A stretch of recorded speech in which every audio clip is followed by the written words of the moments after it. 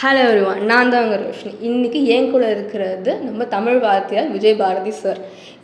இவர் ஒரு ஃபேமஸான சிபிஎஸ்சி ஸ்கூலோட தமிழ் ஆசிரியர். இவர் நமக்கு தமிழ் எக்ஸாமுக்கு டிப்ஸ் கொடுக்க சொல்ல போகிறாரு. ஸோ என்ன சொல்கிறாருன்னு பார்க்கலாம். ஹலோ சார், எப்படி இருக்கீங்க? எல்லோருக்கும் வணக்கம். சொல். ஸோ தமிழ் எக்ஸாம் வந்து ரொம்ப ஒரு டஃப்பாக எல்லோரும் பார்க்குறாங்க சார். இந்த எக்ஸாமுக்கு நீங்கள் எப்படி சார் டிப்ஸ் சொல்லுவீங்க? தமிழ் எக்ஸாமை நீங்கள் டஃப்புன்னு அப்படின்ற அந்த வார்த்தையை பயன்படுத்துறதே நான் தப்புன்னு சொல்கிறேன். தமிழ் ரொம்ப எளிமையான பாடம். ஆனால் நம்ம எந்த அளவுக்கு தமிழை வந்து ஆர்வத்தோடு படிக்கிறோமோ அதில் வெற்றி பெறலாம். நீங்கள் முதல்ல அதை எளிமையான பாடம் நினைங்க, கண்டிப்பாக அதுவே முதல் வெற்றியாக அமையும் நினைக்கிறேன். Okay sir. சார், இந்த தமிழ் எக்ஸாம் ஆச்சுல சார், இந்த 10th ஸ்டாண்டர்ட் போர்டு எக்ஸாம், அந்த பேப்பர் வந்து எவ்வளோ டஃப்பாக சார் இருந்தது? ஓவரால் டிஃபிகல்ட்டி நான் அதே தான் உங்களுக்கு திருப்பி சொல்கிறேன். டஃப்ன்ற வார்த்தையே இந்த இப்போ நடந்து முடிஞ்ச தேர்வுக்கு வாய்ப்பே கிடையாது. ஏன்னா இந்த ஆண்டு வந்து ரொம்ப எளிமையாக தான் கேட்டிருக்காங்க. மாணவர்கள் ரொம்ப தடுமாறும்படியான எந்த கேள்விகளுமே இல்லைன்னு தான் நான் நினைக்கிறேன். ஏன்னா எங்களுடைய மாணவர்களுமே அது கொடுத்த விஷயம் அதுதான். எழுதி முடித்தோடனே சொன்னாங்க ரொம்ப எளிமையாக தான் இருந்தது அப்படின்னு சொன்னாங்க. எங்களுடைய ஆசிரியருடைய பார்வையிலுமே ரொம்ப எளிமையான ஒரு வினாத்தாளை தான் நாங்கள் இதை பார்க்குறோம். அதனால் நிறைய மாணவர்கள் 100க்கு 100 எடுக்க வாய்ப்பும் இருக்குது. சார், கிராமர் செஷனில் எப்படி சார் இருந்துச்சு? இலக்கணம், இலக்கியம் அதெல்லாம் எப்படி இருந்தது? பொதுவாக இலக்கண பகுதிகள் சில நேரங்களில் கொஞ்சம் கடினமாக இருக்கும். ஆனால் இந்த ஆண்டு அந்த மாதிரி கடினமாக எதுவும் இல்லை. ஒரு சில கேள்விகள் மட்டும் கொஞ்சம் யோசித்து பதில் கொடுக்குற மாதிரி இருந்தது. அதையுமே மாணவர்கள் கொஞ்சம் நிதானமாக யோசிச்சுருந்தால் பதில் கொடுத்துருக்கலாம். அது எல்லாருமே நிறைய பேர் செஞ்சுருக்காங்க.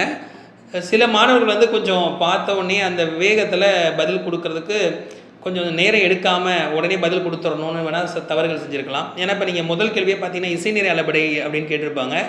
மாணவர்கள் எல்லாருமே செய்யுள் இசை அளபடைன்ற அந்த வார்த்தையை தான் படிச்சிருப்பாங்க. செய்யுள் இசை அளபடையோட மறுபேர் தான் இசைநிறை அளபடை.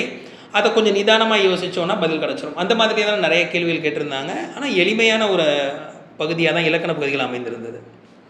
சார், லாங் ஆன்சர்ஸ் டைரெக்டாக இருந்ததா இல்லை நம்ம கொஞ்சம் மூளை யூஸ் பண்ணுற மாதிரி இருந்ததா?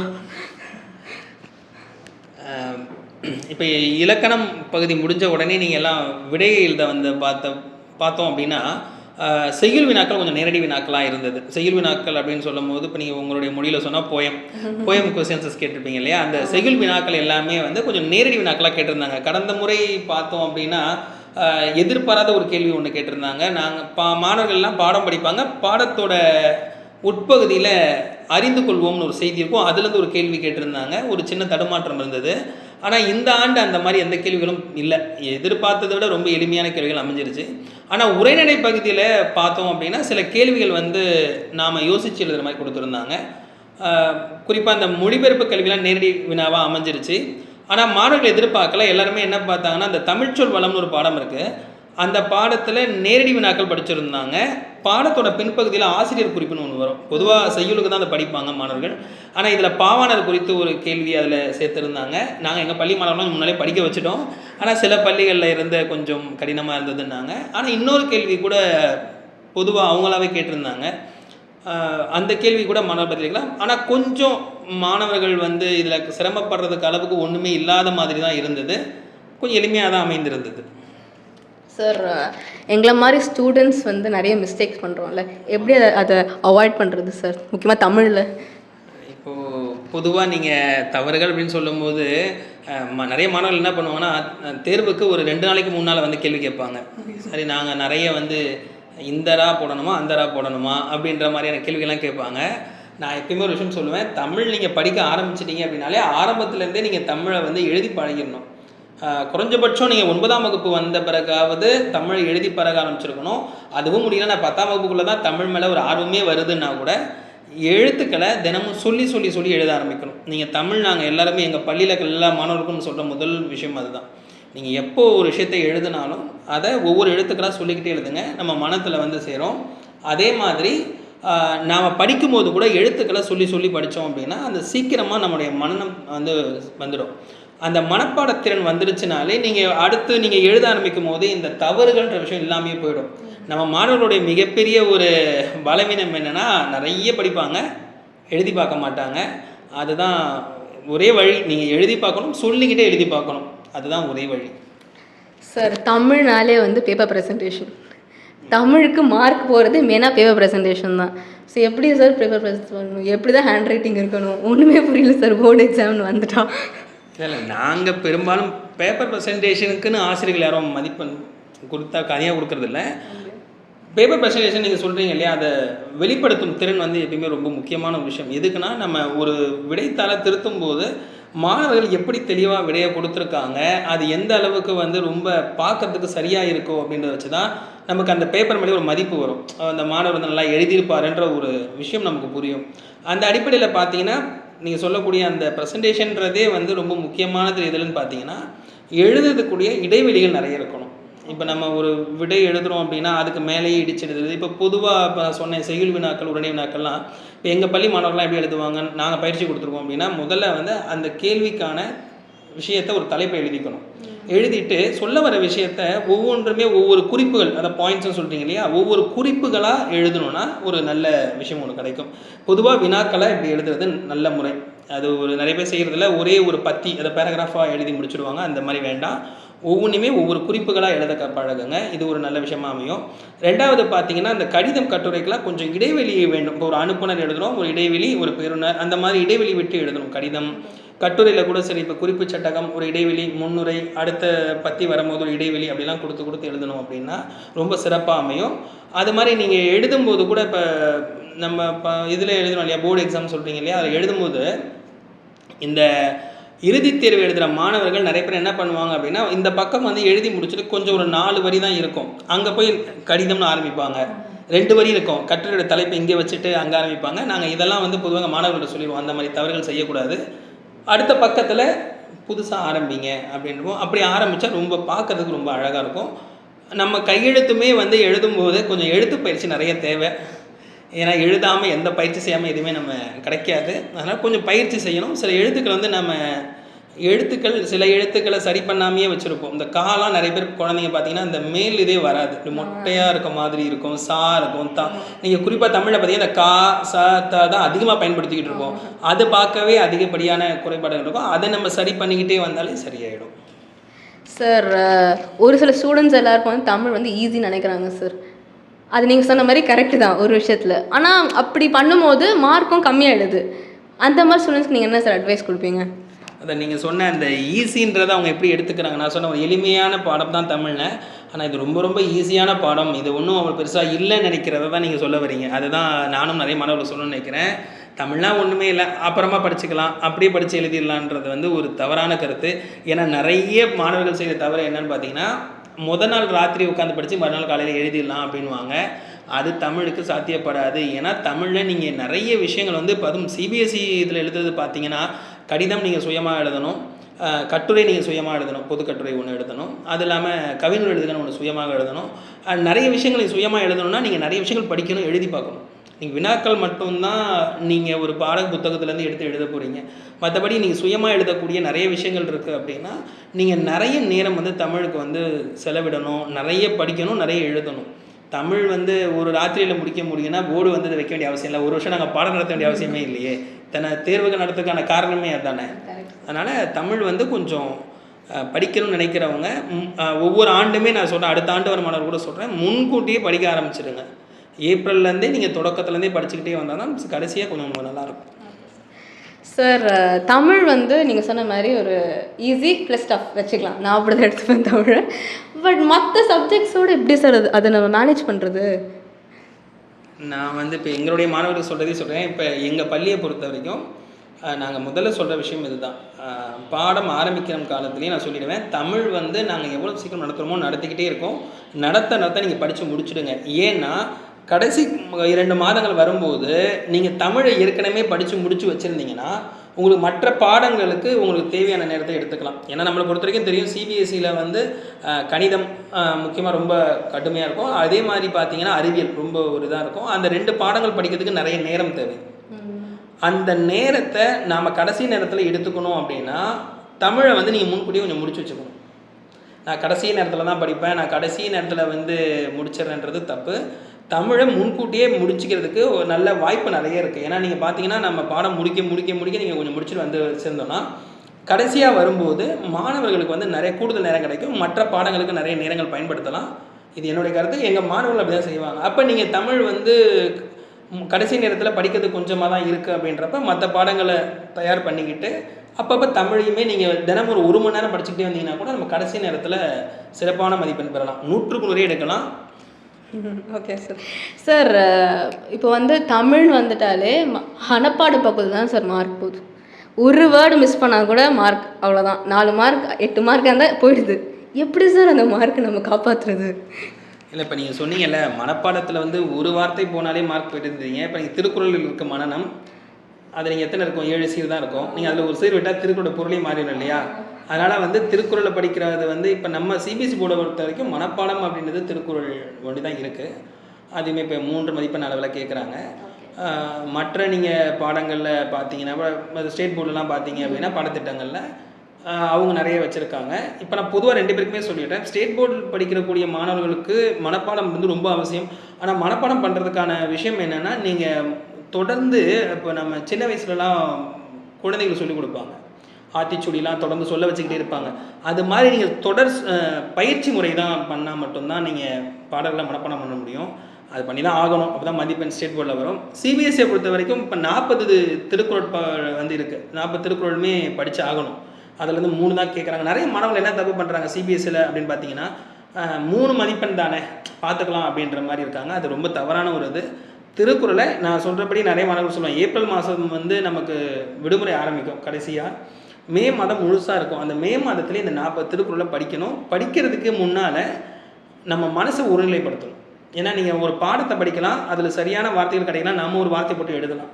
நீங்கள் கேட்டீங்க இல்லையா, ஒரு வார்த்தை தவறுனா கூட. அந்த மாதிரி மனப்பாட பகுதிகளை பொறுத்த வரைக்கும் ஒரு வார்த்தையில் ஒரு எழுத்து கூட தவறு வரக்கூடாது. அப்படி வரக்கூடாது அப்படின்னா நம்ம தொடர்ந்து அதை சொல்லும்போது பயிற்சி செய்கிறது, தொடர் பயிற்சிகள்னு சொல்லுவாங்க. சொல்லி சொல்லி பயிற்சி பண்ணி நம்ம செய்யணும். 2வது அதை நாம சொல்லி பார்க்குறதுன்றது 2. இந்த 2 விஷயமும் அதிகமாக பண்ணோன்னா நல்ல மனப்பாடம் பண்ணிடலாம். அப்படி மனப்பாடம் பண்ணுறது இப்போ தேர்வுக்கு மட்டும் கிடையாது, பிற்காலத்துலேயும் நிறைய பயன்படும். சார் இப்போது ஸ்டூடெண்ட்ஸ் இருக்காங்கல்ல, ப்ரீவியஸ் இயர் கொஷின் பேப்பர்ஸ் அவங்க எப்படி சார் ப்ராக்டிஸ் பண்ணணும்? கடந்த ஆண்டுகளில் நிறைய தேர்வு நடத்தின அந்த வினாத்தாள்கள் வந்து நாங்களுமே மாணவர்களுக்கு கொடுக்குறோம். அவங்க என்ன பண்ணணும்னா, இப்போது முதல்ல அந்த தேர்வுத்தாளை வச்சுக்கிட்டு படிக்கணும்னு நினைக்கக்கூடாது. எப்பயுமே நிறைய பேர் நாங்கள் என்ன சொல்லுவோம் அப்படின்னா, வினாத்தாளை வச்சு அதில் என்ன இருக்குன்னு படிக்கிறது கிடையாது. முதல்ல நான் படிச்சிடணும். படிச்சுட்டு ஒரு வினாத்தாளை எடுத்து நான் பார்க்குறேன், இந்த வினாக்களுக்கு என்னால் பதிலளிக்க முடியுதா? ஒருவேளை இப்போ நான் வந்து 2024 ஒரு மாணவனாக இருந்து நான் எழுதியிருந்தா இந்த கேள்விகளுக்கு என்னால் பதிலளிக்க முடியுமா? நான் சரியா இப்போ நீங்கள் ஒரு 2024 பேப்பரோ 25 பேப்பரோ ஒரு மாணவருக்கு கிடைக்குது. 2027 எழுத போகிற ஒரு மாணவ கையில் கிடைக்கும்போது அவர் எப்படி தன்னை சுயமாக பரிசோதனை செய்யணும் அப்படின்னா, அந்த ஒவ்வொரு தாளையும் எடுத்து என்ன கேட்டிருக்காங்கன்றதை முதல்ல பார்க்கக்கூடாது.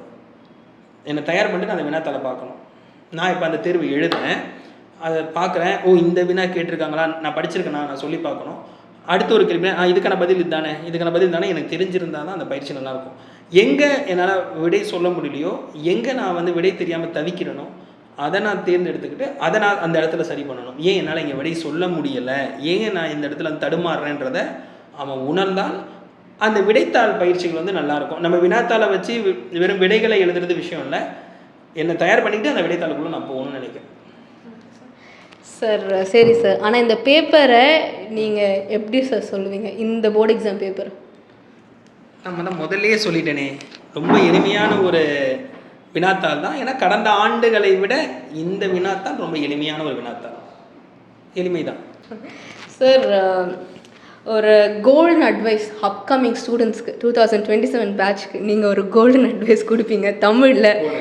90+ ஸ்கோர் பண்ணோம் சார் அவங்க, அதுக்கு நீங்கள் ஒரு அட்வைஸ் கொடுக்கணும். இப்போ எனக்கு என்னோட முதல் அட்வைஸே இந்த 90+ன்ற வார்த்தையை மறந்துடுங்க. 100 out of 100 சொல்லுவாங்க இல்லையா, 100க்கு 100ன்றதை மனசில் விதைங்க. அதான் என்னுடைய கோல்டன் வேர்ட். ஏன்னா நான் சொல்லக்கூடிய விஷயம் இப்போ உங்களுக்கு சொன்னேன், சிபிஎஸ்சியில் 80 மதிப்பெண் கேட்பாங்க, 80 மதிப்பெண் எழுதுவோம். பள்ளியில் வந்து 20 மதிப்பெண் நம்ம செய்யக்கூடிய செயல்பாடுகள் மூலமாக 20 மதிப்பெண் கிடைக்கும். மொத்தம் 100க்கு 100 நம்ம கணக்குப்படி 20 மதிப்பெண்ணுக்கு நம்ம பள்ளியில் எல்லா வேலையும் செஞ்சுருவோம். இந்த 80 மதிப்பெண் எடுக்கிறது அப்படின்றது 2027 மிகவும் எளிமையாக தான் இருக்கும். ஆனால் மாணவர்கள் இதுக்கான முயற்சியை 2026 தொடங்கிடணும். 2026 மார்ச்சில் தொடங்கினா மட்டும்தான் நம்ம அங்கே வெற்றி பெற முடியும். உங்களுக்கான ஒரு விஷயம் என்ன சொல்லணும்னா, உங்களுக்கான தேர்வுக்கான நாள் தொடங்கிவிட்டது, நாட்கள் எண்ணப்படுகின்றன அப்படின்னு சொல்லுவோம். 9th வந்தோடனே சொல்லுவேன், இன்னிலேருந்து உனக்கு நேரம் ஆரம்பிச்சிருச்சு இல்லையா. இப்போ நீங்கள் அடுத்த பிப்ரவரியில் இந்த நேரம் முடிச்சிருப்பாங்க. 2027 பிப்ரவரியில் இந்த தேதியில் தமிழ் எக்ஸாம் முடிஞ்சிருக்கும் அப்படின்ற மாதிரி உங்கள் மனசில் நினச்சிக்கோங்கன்னு சொல்லுவோம் குழந்தைகிட்ட. ஏன்னா தமிழ் தேர்வு அடுத்த வருஷம் நேரம் முடிஞ்சிருக்கும் அப்படின்னா நமக்கான நேரம் தொடங்கிருச்சுன்னு அர்த்தம். ரொம்ப நாட்கள் குறைவாக இருக்குது. இந்த விஷயத்தை மனசில் வச்சுக்கோங்க. 80க்கு 80 மதிப்பெண் மொத்தமாக 100க்கு 100 எடுக்கணும்னு நினச்சிக்கிட்டே இருந்தீங்கன்னா கண்டிப்பாக எடுக்கலாம். அதற்கான முயற்சியை இப்போலேருந்தே தொடங்கிடுங்க. சார் இப்போ நம்ம வீடியோவோட எண்டுக்கு வந்துட்டோம். க்ளோசிங்கில் நீங்கள் என்ன சார் சொல்ல விரும்புகிறீங்க ஸ்டூடெண்ட்ஸ்க்கு? தமிழ் பற்றி, தமிழ் எக்ஸாம் பற்றி, இல்லை தமிழ் பார்த்து ரொம்ப டென்ஷன் ஆகிற பசங்களை பற்றி, ஃபார் எக்ஸாம்பிள் என்ன மாதிரி ஒரு பொண்ணுக்கு நீங்கள் என்ன சொல்லுவீங்க? அதாவது தமிழ் அப்படின்னு எடுத்துக்கிட்டோன்னா நம்முடைய மொழி. இந்த மொழி வந்து ஒவ்வொருத்தருக்கும் ரொம்ப முக்கியமானது. இப்போ நீங்கள் ஒரு பெருமையோடு நான் சொல்லணும்னா, இப்போ எங்கள் பள்ளிகளில் பார்த்தீங்கன்னா சில பள்ளிகளில் தமிழுக்கு வந்து பெரும்பான்மை இடம் கொடுக்கறது கிடையாது. மற்ற அறிவியல் கணிதத்துக்கு முக்கியம் கொடுப்பாங்க. எங்கள் பள்ளிகள்லாம் பார்த்தீங்கன்னா எங்கள் பள்ளியில் எங்கள் முதல்வர் வந்து முழுக்க வந்து மற்ற பாடங்களுக்கு இருக்கக்கூடிய அதே நேரம், அதே மரியாதை எல்லாமே எங்களுக்கு கிடைக்கும். இது ஒரு பெரிய விஷயம். இது ஏன் நான் இதை சொல்கிறேன்னா, நிறைய பள்ளிகளில் தமிழுக்கு போதுமான நேரமோ அல்லது உரிய மரியாதையோ கொடுக்கப்படுவதில்லை. அது வந்து ஒரு மனம் வருந்தக்கூடிய ஒரு விஷயம் தான். ஆனால் எங்கள் பள்ளிகளில் இது கிடைக்கிது. அதனால் மட்டும் நான் இதை சொல்லலை, எல்லா பள்ளிகளும் இது கிடைக்கணும்னு நான் எதிர்பார்க்குறேன். ஒன்று ஏன் அப்படின்னா, தமிழ் என்பது நம்முடைய மொழி. எல்லாருமே கேட்பாங்க, தமிழ் பெரும்பாலும் தேர்வுக்கு வரும் ஆசிரியர்களே கேட்பாங்க, தமிழ் தானே சார் ஈஸியாக தானே இருக்கும் அப்படின்வாங்க. நீங்கள் இந்த ஈஸின்ற வார்த்தைக்குள்ளே நிறைய விஷயங்கள் உள்ள அடைக்கிறீங்க. ஆனால் தமிழ் அப்படின்றது சாதாரண விஷயம் கிடையாது. தமிழ் ஏன் ஒரு பாடமாக நம்ம கற்றுக் கொடுக்குறோம் அப்படின்னா, ஒரு மாணவன் வந்து ஒழுக்கத்தையும் தமிழில் தான் சொல்லிக் கொடுக்க முடியும். இப்போ நீங்கள் ஒரு மற்ற பாடங்களை குறை சொல்லலை, மற்ற ஆசிரியர்கள் சொல்கிறத விட நாங்கள் சொல்கிறது மாணவர்கள் கேட்பாங்க. ஏன்னா நான் தான் சொல்லுவேன், அந்த ஆசிரியர்களுக்கு வந்து மரியாதை கொடுக்கணும், பெற்றோர்களுக்கு மரியாதை கொடுக்கணும், நீ சரியாக படிக்கணும், நீ இதை செய்யணுன்ற அந்த ஊக்கத்தை மொழி தான் கொடுக்கும். அந்த மொழியில் தமிழ் மொழி நிறைய நல்ல விஷயங்களும் மாணவர்கள் கொடுக்குது. இப்போ நீங்கள் பாடத்துக்கு படிக்கிற பாடங்களே பார்த்தீங்கன்னா கல்வியின் முக்கியத்துவம் இருக்கும், தமிழின் சிறப்பு இருக்கும், தமிழர்களுடைய பண்பாடு பற்றி இப்போ விருந்தோம்பலில் படிப்பாங்க, இயற்கையை பற்றி படிப்பாங்க, கேட்கிறதா என் குரல் அப்படின்னு அவங்க படிக்கிற எல்லாமே மனித வாழ்வும் இந்த அறம் சம்மந்தப்பட்ட செய்திகள் அப்படின்னு சொல்லுவாங்க. தமிழுடைய வாழ்வு அப்படின்னு எடுத்துக்கிட்டால் அடிப்படை விஷயமே அறம். அதை ஒரு மொழி தான் கற்றுக் கொடுக்க முடியும். அந்த மொழி தமிழ் மொழின்றது நம்ம எல்லாருக்கும் கிடைத்த மிகப்பெரிய சிறப்பு. அதனால் நான் வந்து தேர்வுக்கு தமிழ் படிக்கிறேன்றதை மறந்துட்டு என்னுடைய தாய்மொழியை நான் படிக்கிறேன் அப்படின்னு நினச்சி படிங்க. முதல் விஷயம் அதான் நான் சொல்லுவேன். அப்படி நீங்கள் தமிழ் ஆர்வத்தோடு எடுத்துக்கிட்டாலே, நமக்கு ஒரு விஷயத்தை பிடிச்சிருச்சுனாலே கண்டிப்பாக அதில் நம்ம வெற்றி பெற்று விடுவோம். அதுதான் முதல் விஷயம். தமிழை பிடிக்கும்னு நினைங்க. அதில் வந்து வெறும் மார்க்குக்காக படிக்கிறேன், எனக்கு மதிப்பெண் எடுத்து போதும் அப்படின்ற விஷயத்தை தூக்கி போட்டுருங்க.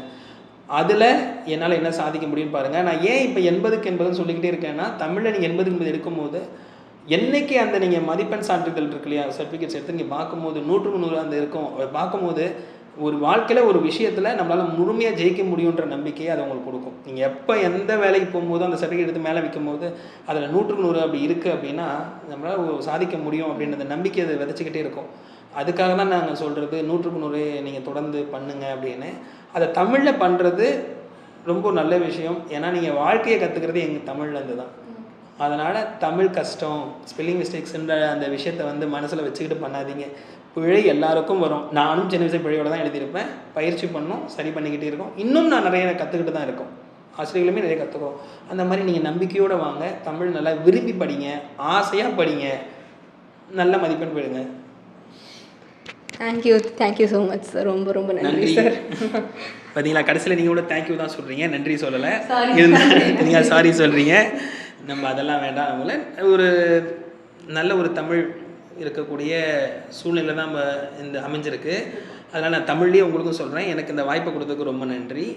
ஏன்னா நாங்கள் ஒரு தமிழ் ஆசிரியராக இருந்து நிறைய விஷயங்களை வந்து எங்கள் மாணவர்களுக்கு சொல்கிறோம். இன்னும் நிறைய பேருக்கு செய்தி போகணுமேனு ஆசைப்படுற நேரத்தில் இப்போ நீங்கள் இந்த வாய்ப்பை கொடுத்துருக்கீங்க. இதன் மூலமாக இன்னும் நிறைய மாணவர்களுக்கு போட்டோம், அவங்களுக்கு இது பலன் கொடுக்கட்டும் அப்படின்னு நினைக்கிறேன். நன்றி சார். நன்றி.